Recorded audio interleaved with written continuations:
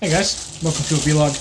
Something that I haven't done in a while is the review on a product that you could use for an e-bike. This being a battery bag, fireproof battery bag.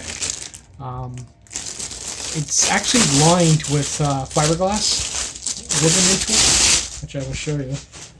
Which very nice actually. It's got the see the dark tape around it.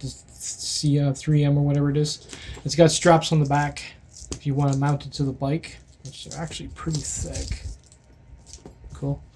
It does have a handle with a rubber grip, flexible. Here's the inside.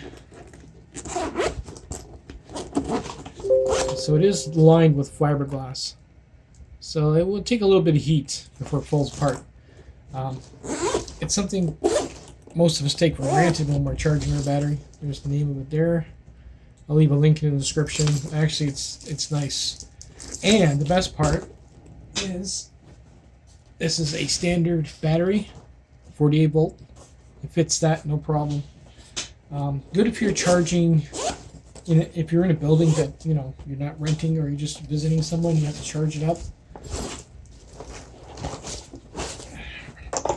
You can just drop it in there.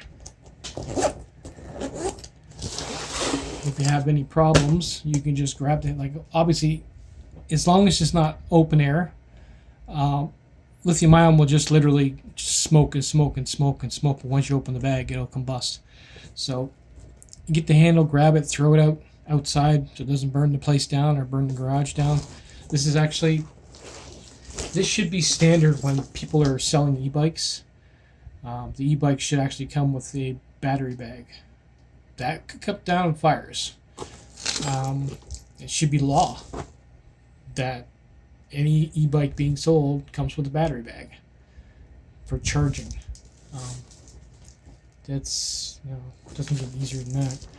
But as you can see, I'm going to be using this for my booster pack. It's not actually I can be using it for this. I haven't even used this one since I made it. I have yet to find a project for it. I just keep topping it off once in a while. But it works pretty good.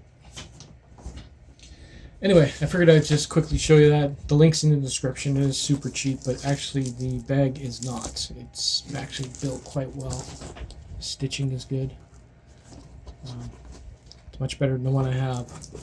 And it does look like it could take a little bit of abuse. It has some kind of rubber coating on it, so it's going to be a little bit watertight. But definitely flame proof. That's sweet. Sweet deal. Later, guys.